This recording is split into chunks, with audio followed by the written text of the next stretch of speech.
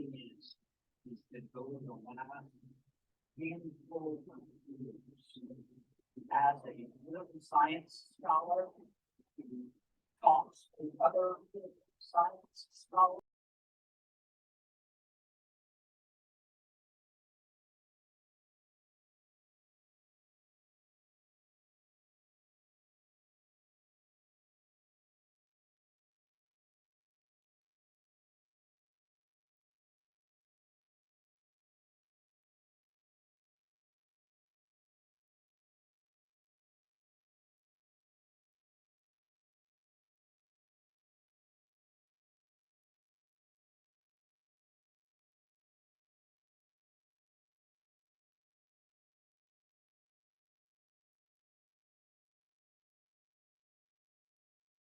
that was crazy. Okay. And so I think if I had to bet on it, I don't think it's going to happen. And I don't think it's going to happen. If it does happen, there's still a ways down the road, but the wheels on the cart are wobbling really really wobbling. And in order to solve the problem, I think ultimately what has to happen is institutional reform. And so many people, and this is true not just in the US, but everywhere in the world, I think probably because it's easier, they tend to want to blame outcomes, political outcomes, government outcomes on people. And people are people. They've always been people. If people are the problem, it's the institutions that they create that facilitate the problem. Okay. And so I think that at the core, the problem in the US right now is that the institutions can't effectively facilitate compromise, representation. I mean, I could go down the list, distribution of resources, a whole bunch of things that have to happen. Legitimacy, like at the very central core of political science, is the whole argument that how a state derives its legitimacy is central to its success, because that's how we give up and why we give up some of our own personal autonomy to submit to being ruled, right? And to submit to being governed. And those things, what I'm arguing here is that those things are slipping and falling in the United States. And even if, whether you like the United States, whether you don't like the United States, whether you think democracy is a bad idea, good idea, these are all arguments that I would entertain. But what I would be very clear about is that at least in the short term, the fall of the United States is not good for anyone. That is bad, bad, bad. And on a whole, multiple levels in the short term. Maybe somebody could argue that it's good in the long term. That's another argument. So maybe some of the pain that it would go through would ultimately benefit everybody, but I don't know. And so what I want to talk about today is not that. That's just how I want to frame this conversation. Okay. What Dr. Ali sitting here and I, we're partners on this project, and what we are looking at is trying to tell a piece of the how on this story, like trying to tell a piece of the why on this story. Like, why is this happening? There are layers to it, and I'll try to go into some of that our project doesn't address. Okay, this is typical. But what we focus in on is how the communication environment is shaping this. Let me call it a democratic slippage. And how that works into what's happening.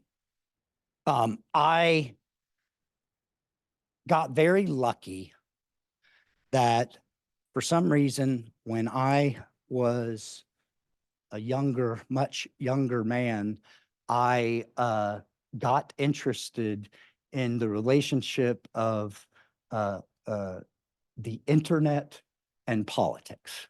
All right. And so I started studying this in the 1990s. And started publishing on it. I was still an undergrad then. I started publishing on it in the early 2000s, right? And so I've done fairly well in the field of scholars doing this, but I think that part of it is just because I got lucky, is because there wasn't a whole lot of competition when I started out.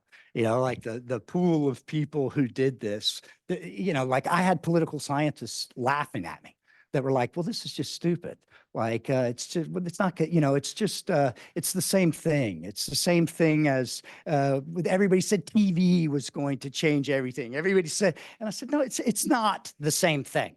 It's not.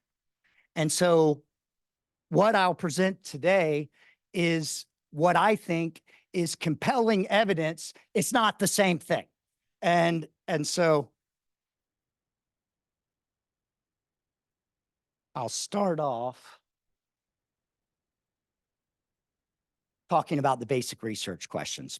And what this is going to be based on, this project, a couple of years ago, got a alumni, or no, he wasn't even an alumni. He was he lived at the university that I was at. There was this wealthy donor to the university that was looking for a way to spend his money.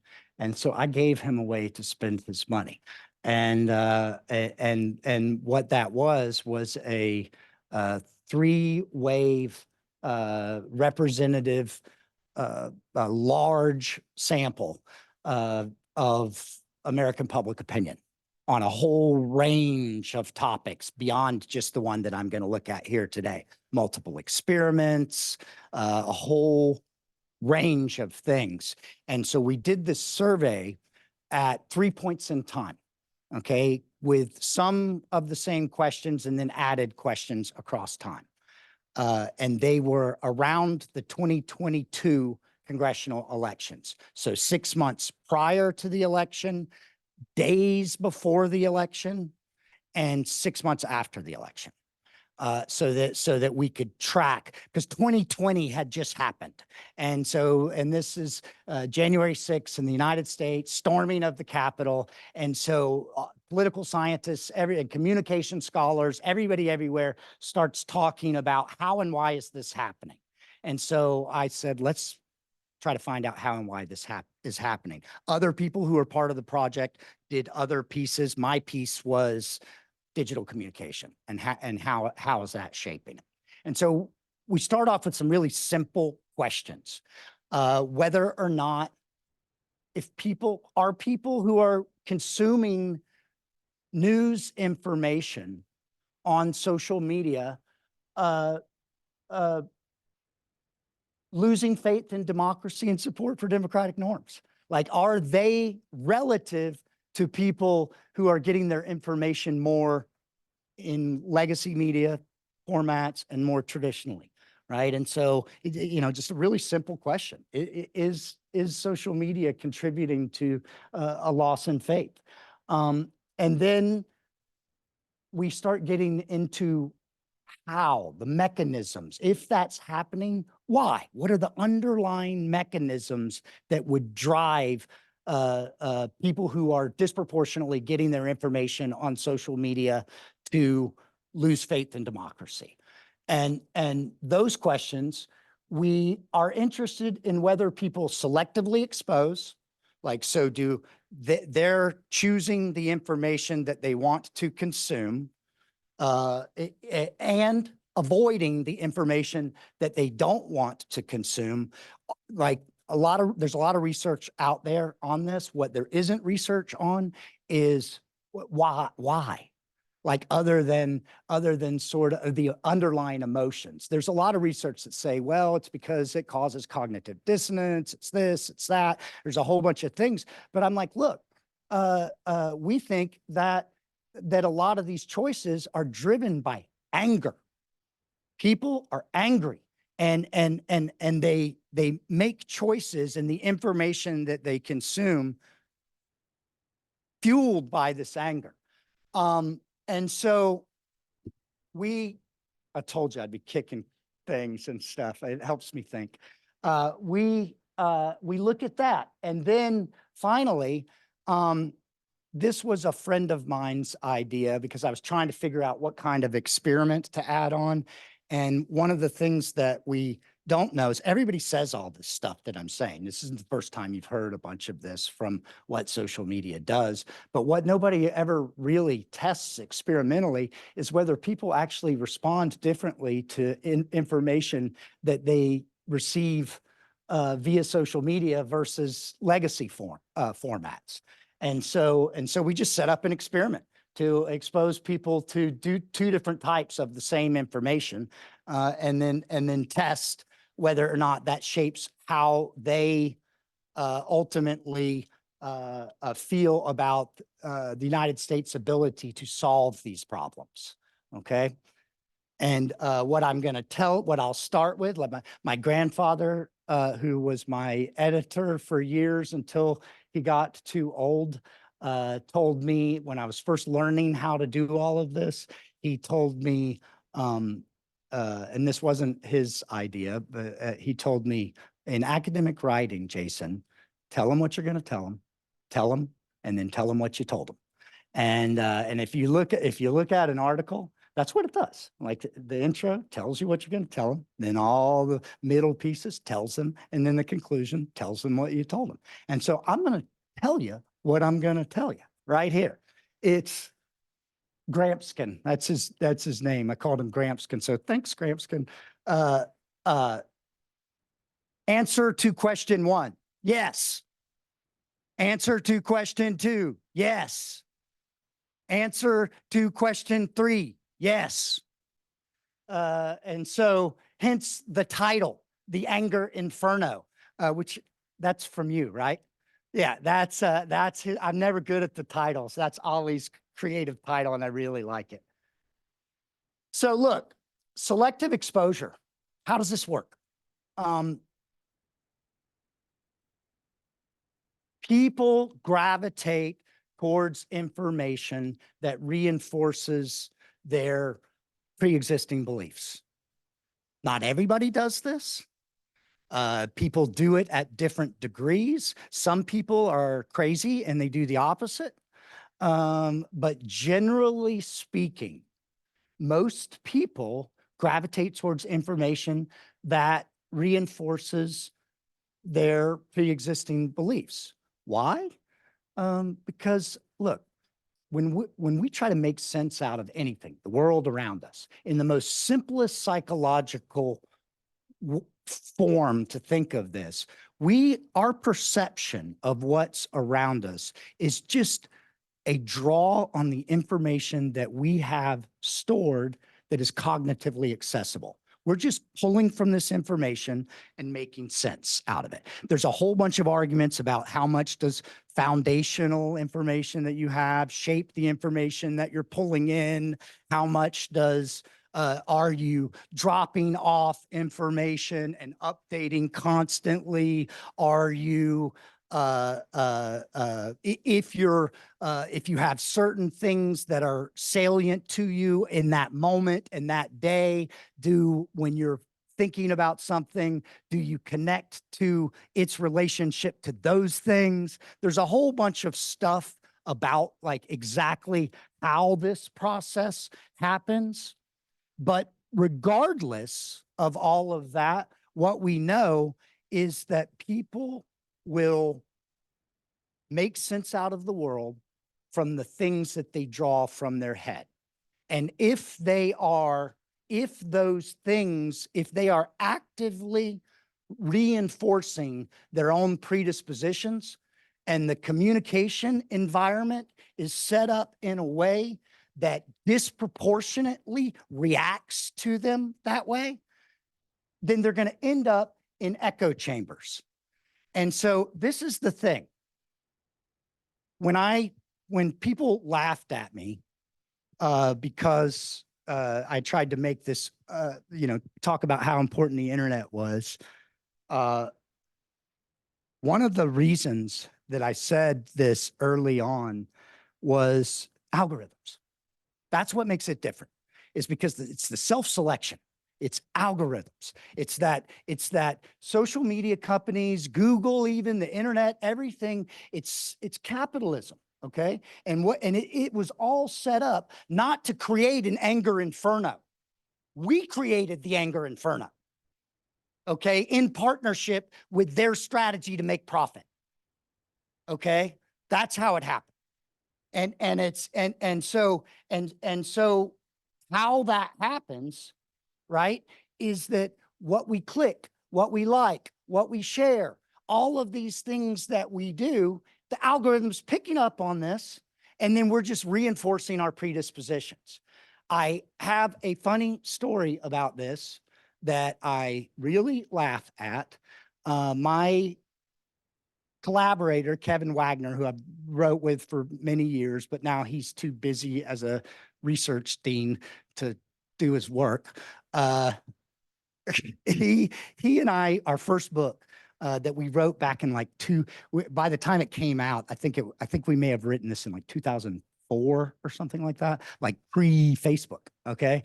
And, or we started writing it then and then added Facebook I came up with this topic that I called this theory. And what I called it was two one-sided information flows.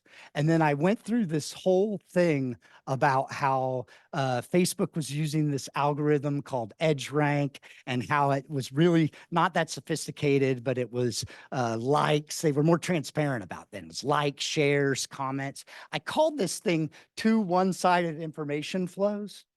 And what a terrible name. Like my branding, I needed a PR person to help me with branding, because when I go back and look at this, I'm not 100% sure because there's one other little book thing, but I think we were the first people to ever make that argument. And I called it two one-sided information flows, and some other dude called it a filter bubble. And I'm like, oh my God. I would have, I've done all right in my citations, but if I had called it a filter bubble instead of two one-sided information flows, I'd be famous. I honestly, I like that I didn't, because the story's better than the citations. And so I'm like, if I walk around in my head and think I came up with that idea, then I can pat myself on the back and tell this story to people and have them laugh at me. So we started thinking about this 20 years ago. Okay. 20 years ago. And set up to sort of predict this. And I did like a survey of students back then and asked whether they were ending up, like what their behaviors were, whether they were doing this stuff, and whether it led to attitude extremity, did it make their attitudes more extreme? And so we got in on this really early. And I've just seen it move and move and move. So the role of anger, this is a really strong emotion in politics. Democracies, failing autocracies, everywhere you go, anger is really a strong motivator for people's behavior. Okay, and relative to other emotions, I think that this is one that really motivates people. And I think that part of it is that I don't think that anger is really what the emotion that is motivating people. I think that what anger is it's how the emotion that's causing the anger actualizes. Okay, so I think that the emotion that is driving people's behavior, it's fear. It's fear. And my own personal experience as a human is it is much easier to process and feel, as uncomfortable as it is, it's easier to process and feel anger than it is fear. Fear, you feel helpless. With anger, you may feel strength and agency, you know, and fear is like when I feel real fear, I don't know what to do. Okay. And so what my brain does often is it converts that fear into anger because it's operating to save me. You know, it's operating to save, and I think that that's evolutionary selected. I see the saber-toothed tiger, I'm afraid, get angry, or run, either run or fight or flight. It's fight or flight, right?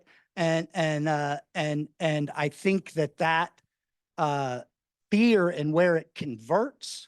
And so for political things, the fight or flight part of it is I think that it's easier to convert this to anger because the threat is not as imminent as a saber-toothed tiger. And so like thinking of, I'm afraid I'm just going to run. It's, you know, they don't, that option, they don't necessarily have to do that. And so then instead of feeling the emotion, it just converts to anger, right? It just flips over. And then that's an easier thing to feel.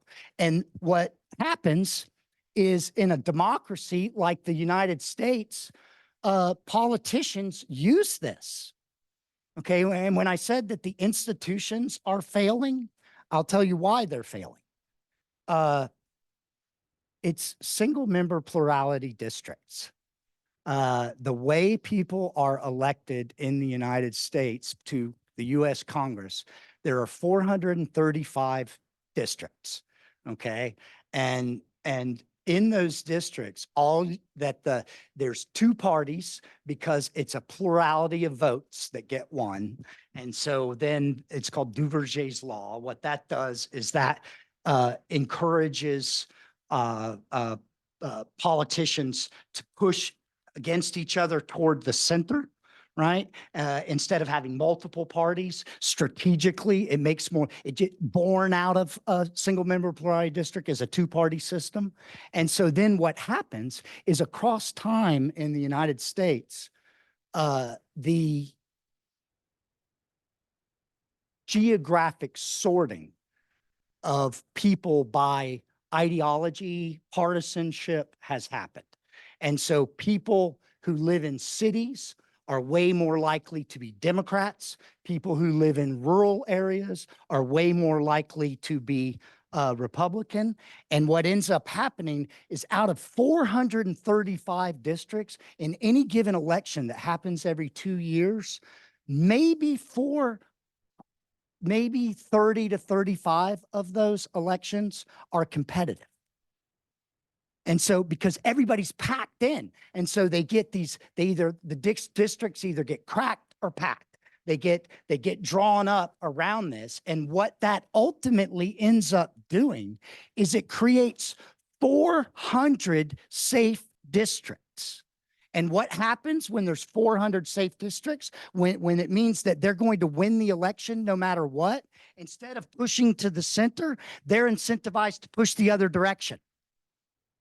They're incentivized to get as crazy as they can, going to the left or to the right.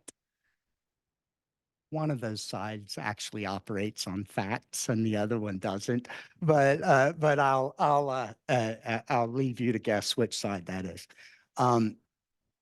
So think about what that does. If these are candidates, if we're living in this information environment where candidates are incentivized to push towards the outside, which will then make them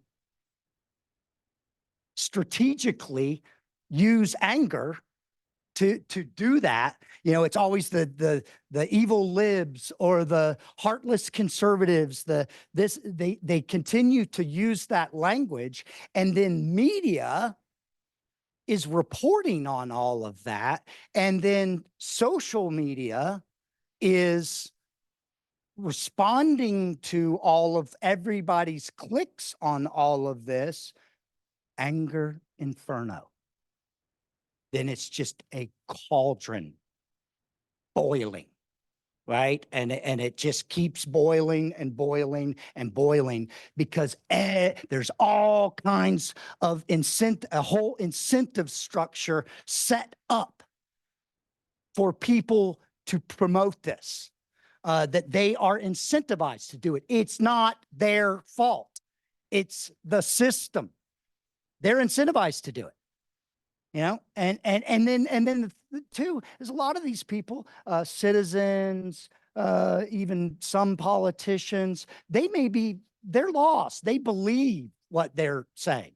You know, like they're not like, some of them may not actually be thinking, I'm trying to stir up anger so that I can win and I'm evil. You know, you know, this is not what's happening. Like their whole information bubble has been going too. And so then they're thinking that they're doing the right thing.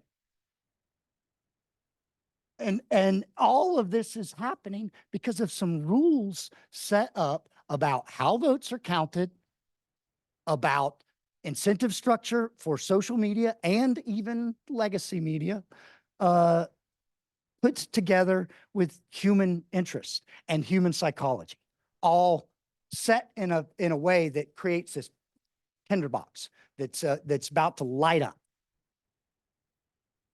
So put all this together, and what we get is the combination of selective exposure, anger, contributes to this hostile environment,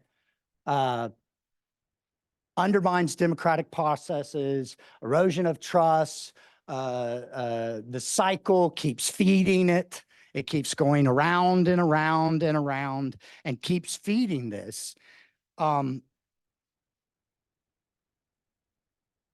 Because all of the incentives are set up. And so what ends up happening is, think of this, is the further and further that people polarize in the United States, how it used to be is, I really don't, like if you were a Democrat, it's like, I really don't like Republicans. I think their ideas are terrible. They're selfish. It's, you know, they have no collective interest, blah, blah, blah, blah, blah.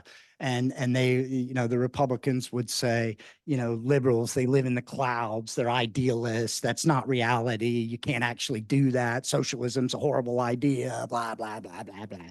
And you hear all of that on both sides. That's not what you hear now. What you hear now is the other side is evil. Evil. And like that is, that's when people start shooting each other in the face. Like, because then you're fighting for righteousness, not for, you know, it's no longer. And so that's my fears of the whole thing, is that it gets to a point, this keeps pushing. So if everybody's incentivized to go out this way and promote that discourse, promote that dialogue, and then you have an information environment that is responding to all of this and creating this cycle that just keeps feeding it and feeding and feeding. The fire keeps burning hotter and hotter and hotter and hotter. And the system, the setup, pushes people to the point where the other side is no longer people with whom I disagree. They're evil. Yeah. Yeah. And that is where it's starting to head. Like, and so what happens is Americans, Our argument is that Americans who get socialized into the idea of how beautiful freedom and democracy and our history and all of this stuff that gets socialized into this, that principle, no matter how dearly they hold it, they may be willing to let it go to stop evil. Like why should we be, so if the other side is evil, why should they get a vote? We should eliminate them from our beautiful world, and I'm like, and this is where it heads. This is where it goes. And so data, that's the frame up. That's where we'll go. Usually I spend way more time on the data, but that's the frame up. I already told you how what the survey is. We have a ton of questions. We used fixed effects regression models, so we control for time at different points of time to see if and look at some of the contextual effects to see if the relationships we're looking at vary at different points across the survey. We use sentiment analysis of open-ended survey responses to understand the emotional underpinnings of why people would selectively expose. And then we use the experiment that I described.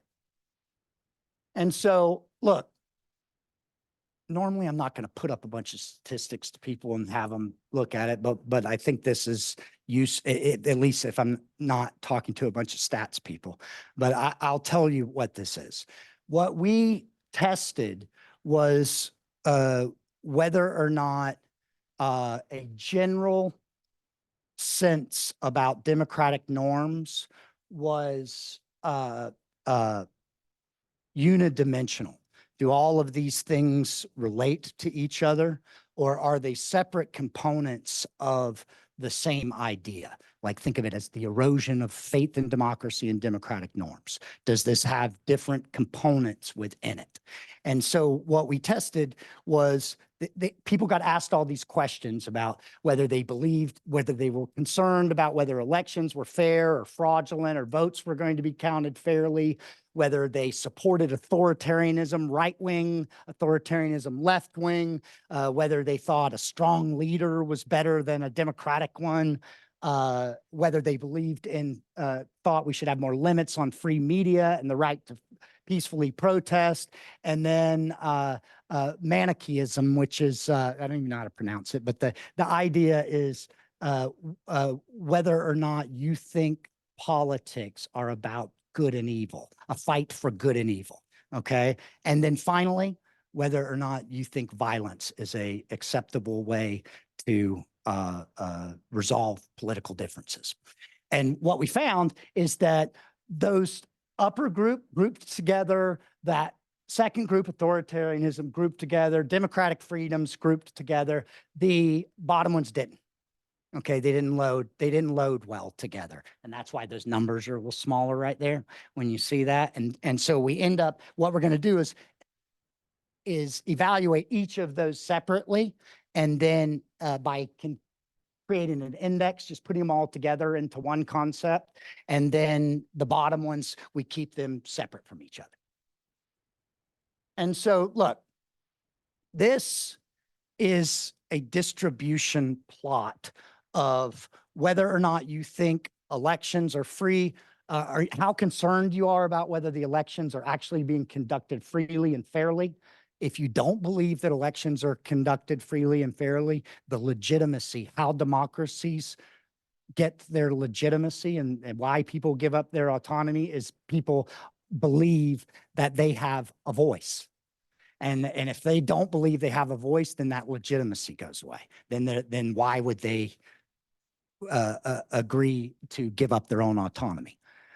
The second one is whether or not you support authoritarianism. And finally, eroding support for rights and civil liberties, like free press and media. And these are distributions. So think of where it's like on the bottom is you're not concerned about elections at all. On the top is you're really concerned. Okay. And then the distributions where it gets fat, that's where most people are answering. And then those little markers are the mean, the average, you know, where people ended up on the average. So if you look here, you'll see that on the first one and the bottom, that's wave 1, wave 2, wave 3. Okay. And so on the first one, look how like it's tilted up a huge, the bulk of Americans right now think that elections are not free, fair, that it's all fraudulent. And it turns out it's all part of Donald Trump's, what we call the big lie, is made up all of this. And the data have shown over and over again that it was actually the most secure election that the United States ever had. And like, it's just not true. 60 courts of judges that he appointed threw it out and even took away the law licenses of some of the lawyers presenting because it was frivolous. They were making stuff up. They actively said before, there's recordings of them saying before, it doesn't matter whether we win or lose, just say we won. And then we'll do this. It was all, it's insane. And so, and that all spreads on social media. And so, look, you see, people don't believe.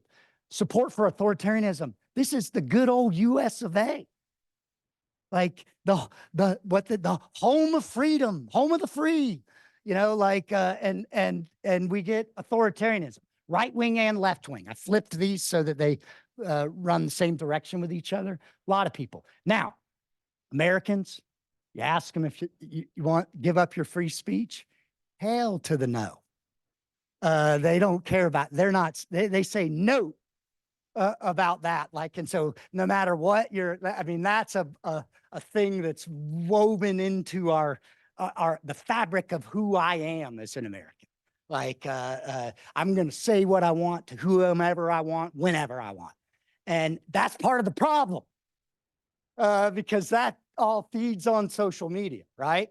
And so you see, it's not really, that's not eroding, which could be, maybe that would be better off if that one eroded. And so this is crazy. So the top one, far right, means that you strongly agree that politics are about a fight for good and evil. Look at those distributions. That's horrifying. That's what people think it is. Like we're fighting for good and evil, way over there, right? And now, on the other side, you might say at first that violence, whether or not people think violence is an acceptable means to solve political problems, most people don't, okay? But look at those numbers. So if you go from, I'm not sure, up to strongly agree, and add that up, you're looking at 25%, 20 to 25%, 20 to 25% of the American public is either, if you ask them, is violence acceptable to solve your political differences? Or like, well, I don't know, or yes, right? That is trouble. Okay, that's foreboding. So these are regression models. You don't need to understand them. You just need to know whenever it's red and has a little star next to it, that means that social media engagement, SME, is positively related. Can you move down see it's covering that? Move it down to the bottom corner, please. And so what you see is even when controlling for all of these other variables that might predict how people would feel about whether elections are free and fair, that social media engagement, the more they're on social media, the more likely they are to, and it's an index of a whole bunch of different questions about how they use social media. And the more that they use it, the more likely they are to think that the elections are fake. Okay. And what's important here is that it controls for how interested they are in politics, which is like a proxy for other type of media exposure too, and the party ID strength. And so that's the thing, is like everything in the US for public opinion and individual behavior is about people's psychological attachment to the political party. And what this is showing is that no matter how extreme that psychological attachment is to the party, that social media engagement still has an effect independent of that. Okay, so if you took a super extreme Republican who thinks that the election is, a super extreme Republican, and then took one of them who used social media all the time and one of them who didn't, even though Trump is out promoting this thing that it's not fair and doing that all the time, the one who uses social media is more likely to think that it isn't fair, even though their leader is promoting this all the time. And so that's the context there.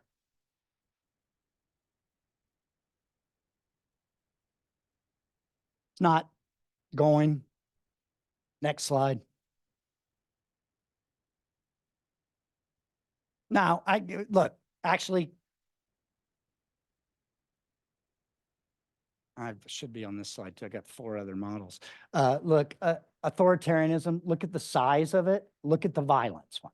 And so that means the more likely they are to support authoritarianism, the more likely they are to think that politics is about good and evil, the more likely they are to support violence.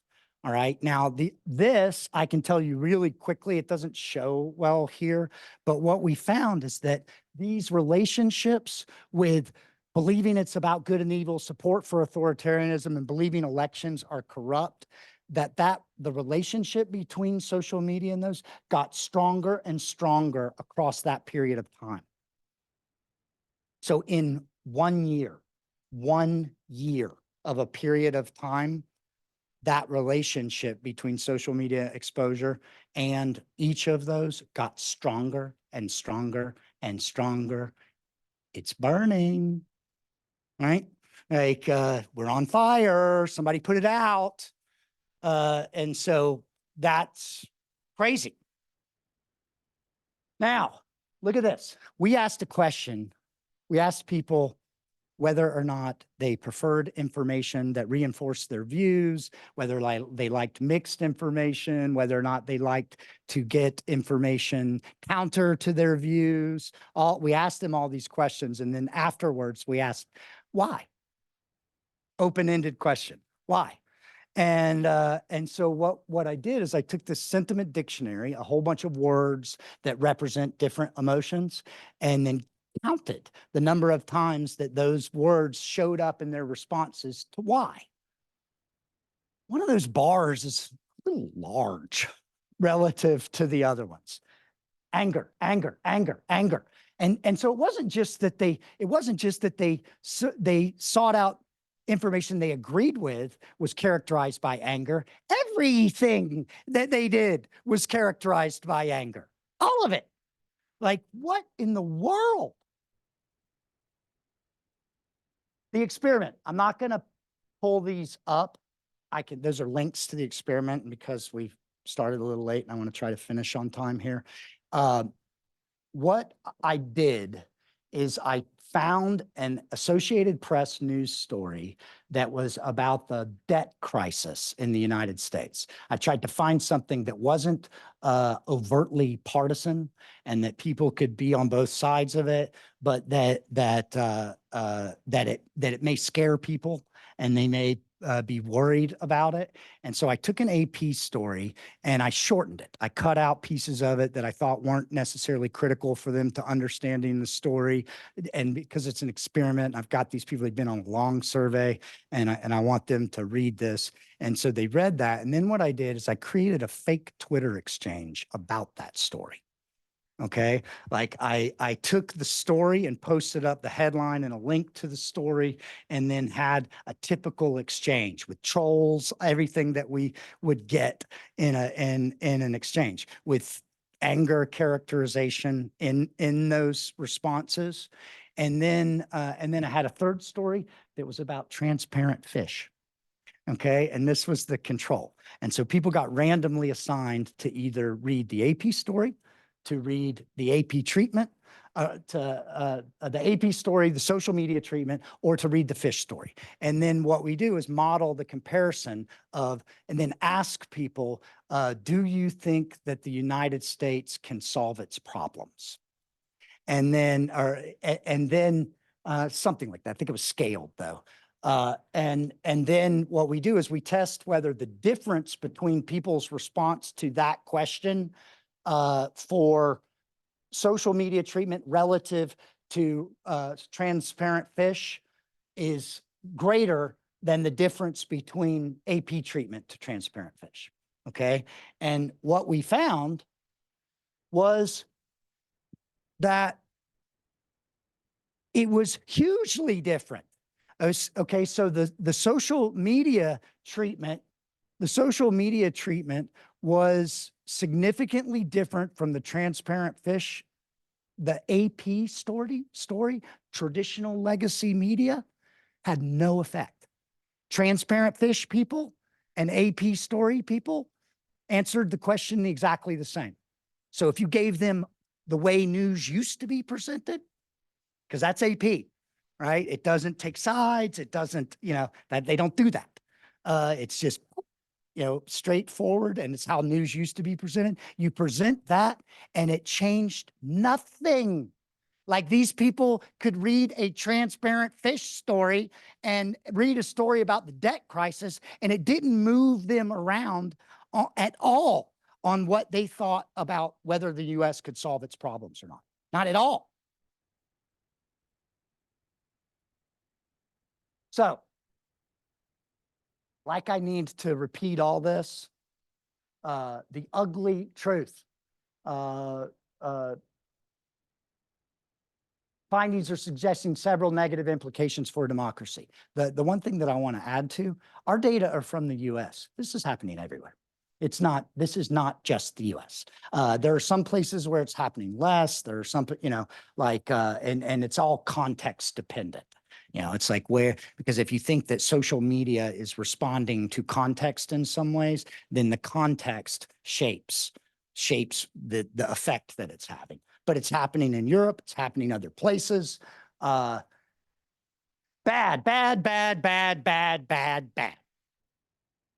Social media is contributing to the erosion of faith in democracy. Maybe that's good. I don't know. We could have an argument about that. If it ultimately ends up in failing, it won't be good for everybody's pocketbook for a little while. that would be a problem. Everybody's ability to make money everywhere would go, woo, and maybe come back after that. But that's our story, and we're sticking to it. Thanks.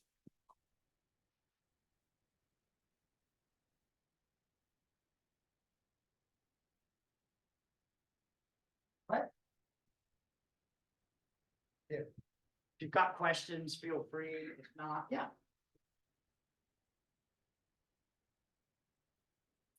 Well, thank you very much. I feel angry as well as excited.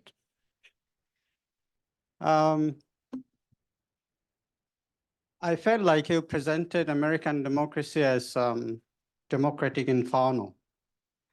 You brought Italian poet Dante here. So American democracy is boiling. Yeah. All right, that's good. You have presented all the data as well supporting that. Does that mean you are challenging another theory of Robert Chambers, for example, who studied democracy in many of the established democracies long ago, came up with the argument how democracy works.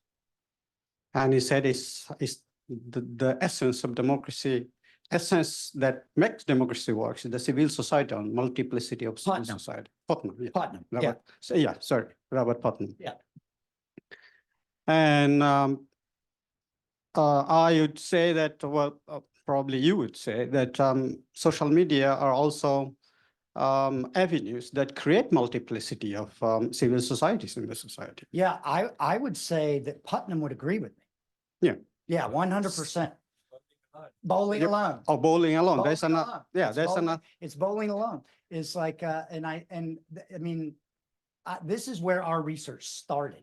When I said we started on this 15, however many years ago it was, is we started out with that whole idea is what, like I started out as an optimist. Like what I thought was that the internet was going to create social capital, Putnam's argument, because it Yeah. was going to connect and create civil society and do all of this. And it was going to make people democracy better.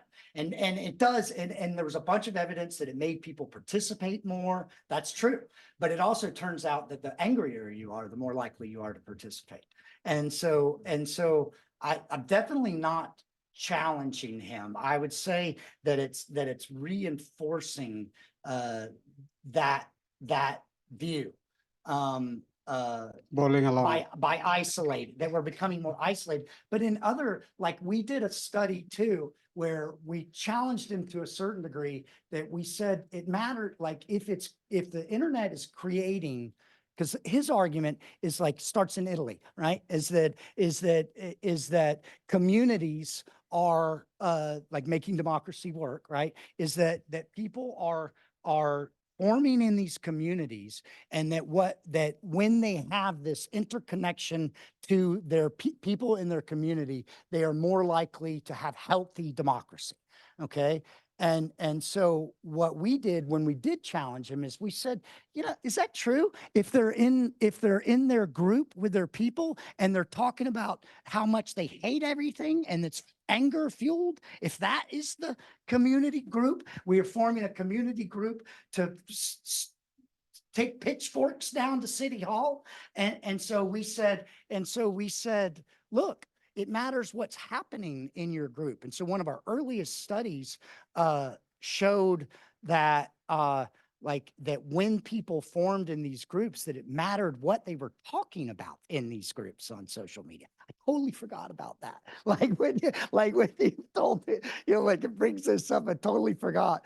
But yeah, that was one of our early arguments, is that it matters what's in the group. And so I'm both, I think he would agree with me, and I'm challenging him. It is a big challenge, I suppose.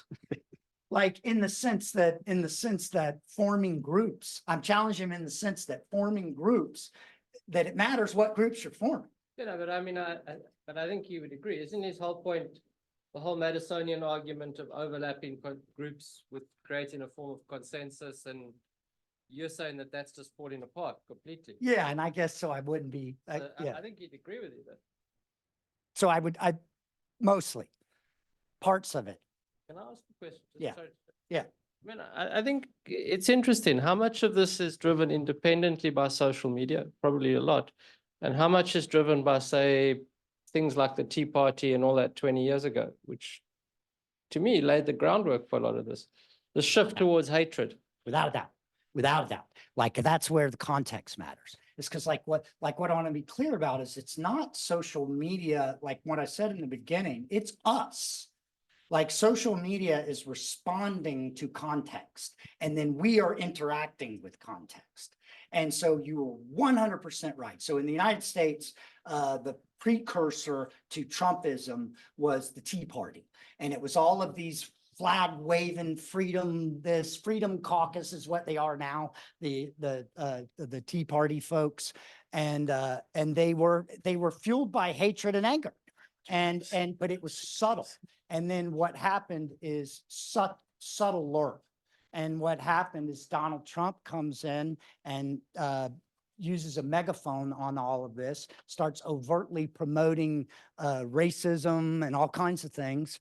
And then what ends up happening from there is social media is these things are trending, moving from fake stories to real stories to bias stories. People's psychology are interacting with it. They're clicking, they're sharing, they're this and that. And so you're absolutely right. That's the precursor that sets, like it's almost like if I were going to go with the analogy of the fire burning, that's when the logs were getting laid. That's when the logs were getting laid, and then Donald Trump basically comes in, throws lighter fluid on it, and tosses a match on it, and then social media is set up for capitalism, reacts to us, and then it whoop whoop whoop whoop whoop. That's why I like the idea of saying that. Yeah, it's not the whole thing. Yeah.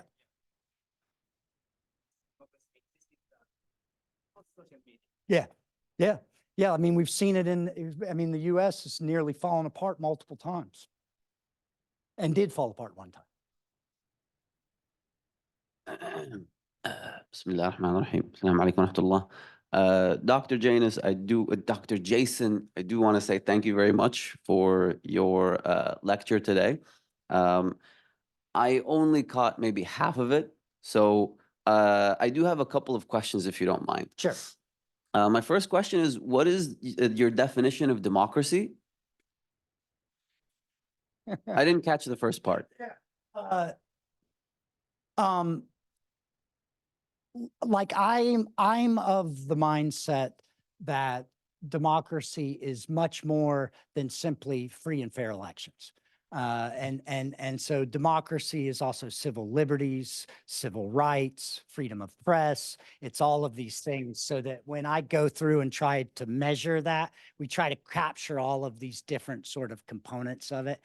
And so I'm of the more substantive democratic definition. MashaAllah, I appreciate that. I think it's good for the students to know that in the United States, the definition of democracy is a multi-party election system where people vote, and there has to be some kind of transfer of power between two parties at the very least. Now in America, they only have two parties, but that is the definition of democracy according to the West. It is this idea of institutions, transfer of power between political parties. And I believe it's also useful for you to get like an idea of what democracy is in the Middle East, perhaps. Your presence and your participation, right? So being here, being part of the community, and then working some kind of added value, having a space in the community for yourselves, that is our definition of democracy, I believe. And I don't think that when I talk to my students in comparative politics, who a bunch of them are in here, know that I'm very clear about that there's all kinds of things going on in the UAE that are democratic by the substantive thinking of democratic. Even though there's not elections. So yeah, I think you're right about that. Could argue about like whether, it's just semantic at that point, but I don't disagree with that completely. Alhamdulillah. I feel like you made some really great points about what is presented sometimes as anger on social media. I believe a better way to phrase this kind of anger that we see, because sometimes it is justified, is righteous indignation. Everybody has like a set of values that they believe in, and they seek out information that aligns with their values. And so what we sometimes consider anger is just somebody considering themselves to be correct, to be in the moral position of righteousness. Something that you mentioned about social media making democracy difficult all around the world. I think we've had a lot of lectures in the classroom about what was it called, like the Arab Spring. Does anybody remember that one? Yeah, so all of the social media problems that were happening across the Middle East and the riots and so on were happening in specific pockets in the Middle East, right? So like Egypt, certain places. Here in the Gulf, no anger at all, alhamdulillah. And that's mostly because a lot of opportunities for everybody that wants to have a job. And so democracy pretty much greased the wheels, right? But in Egypt and in a few other countries where for the youth, there were fewer opportunities, right? A lot of transformation in government had to happen, and I think we're seeing that kind of transformation all across the Middle East, just kind of accommodating the youth. SubhanAllah, I see less anger on social media in the Middle East, except when it comes to Palestine, SubhanAllah. Some small amount of righteous indignation, perhaps, in the Palestinian situation. Once again, Dr. Jason, thank you so much for your time. And if you don't mind, I'd like to speak to you after we're Sure, done. Okay. absolutely. I think that a lot of that you could probably find empirical support for it too. Like some of it, that one of the shortcomings of sentiment analysis is, so when we characterize those as anger, one of the problems with machine coding like that is that it's just doing these word counts, right? And so if those word counts are outside of the context, is that it may be counted as characterizing it as anger when it is actually indignation, right? And so I think that is probably true, that it misses some of that. But what my counter to that would be that the disproportionate count of those words relative to the other words, that even if I said it was generous and said, let's cut half of that and say half of it is rightful indignation and half of it is just plain old nastiness. Even if I cut it in half, it's still twice as much as all the other emotions. And so that would be, and then my thing too would be like, being from the US is, it doesn't take a social scientist like me to walk around and figure out everybody is people are angry. Like it's anger, in a serious way in all kinds of directions. And so that is true. But I also would say, as somebody who has not been in the UAE for very long, it didn't take me within the shortest amount of time here, I noticed the difference. And so I wouldn't be surprised if I didn't see a lot less anger on social media if I went out and measured it. Because just when you walk around, people are, everybody doesn't seem so angry. And so I think that I would imagine that was empirically supported. I bet contextually, if you go across the Middle East, it varies country by country. And so like the point that you made, people have good jobs and you take away the money and all that changes. And so that would be like, and I think if I went around to different Middle East countries and I don't know this, but I bet that if I went and did sentiment analysis on social media exchanges in countries that have struggling economies versus countries that don't, that you would see anger. And of course, people here are not that angry. Life's awesome here.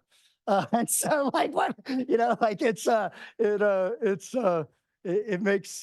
that makes sense to me.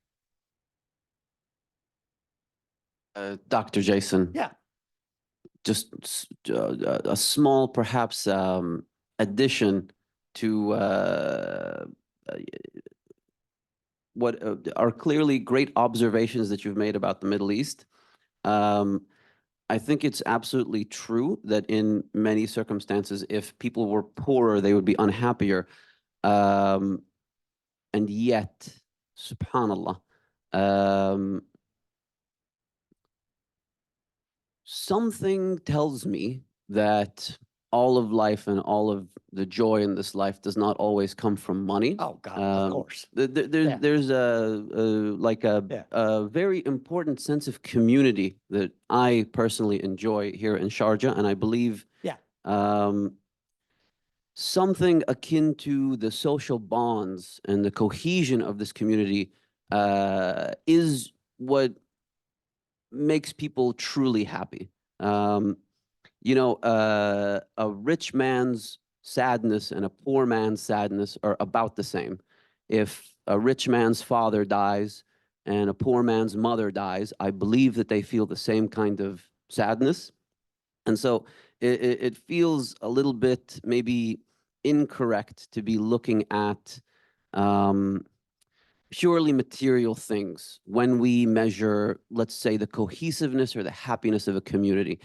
And yet at the same time, I do once again want to say, I think that the observations that you've made about perhaps the levels of social cohesion here in the Middle East, they are more correct than maybe even I can understand. Sure. Subhanallah. So what the research says about money and happiness is what the data actually say about this is that even when controlling for all of these alternative factors that may drive happiness, that there is not a statistically significant difference between happiness and middle income versus higher income. Both of those are dramatically different from poor. And who told me this? Robert Putnam, sitting in a room with him when I was a graduate student. And so it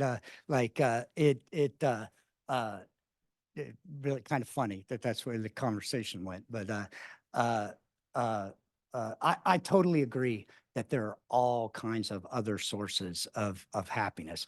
I wouldn't be a good scientist if the whole point of control variables is that we can't make a causal argument with one variable. And so by no means do I think happiness is solely driven by money, but it creates a context where all of those other things can happen. And so those are called interactive effects or mediating effects and things. And so,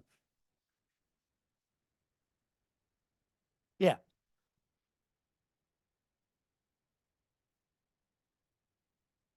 Yes.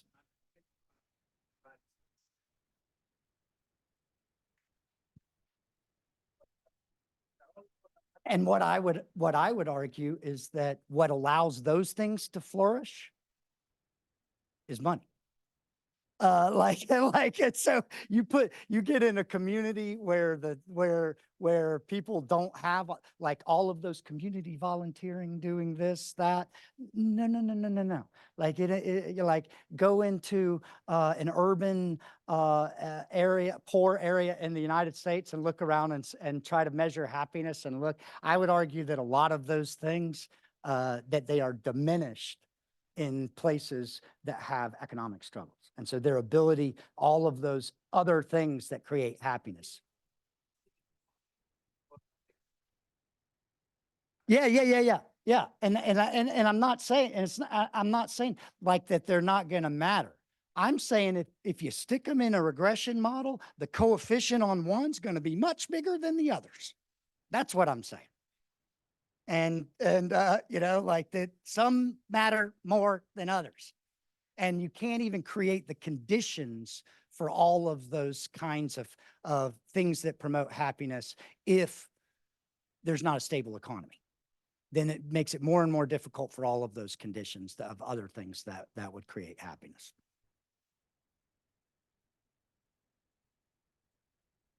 Yeah.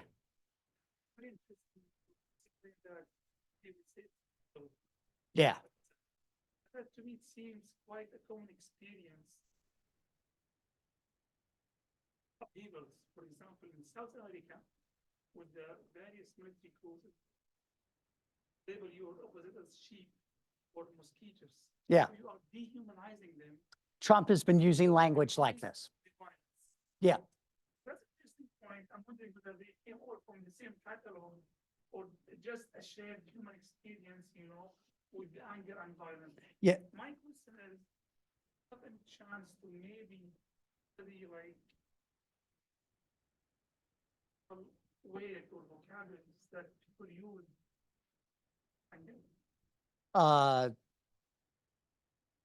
In those questions only about why they selectively expose or don't. And so in there, we could get some of that. And like one of the things that I think Ali and I really need to add to the paper is a deeper dive into sort of the qualitative assessment of those responses. And Maybe it's a follow-up data as the election now is coming up, so maybe we don't know if the anger and fear still exists after the. oh, it's yes. Yeah, and what the outcome of the election the outcome of the election, either way, is not going to be pretty. I have to go. I have a meeting.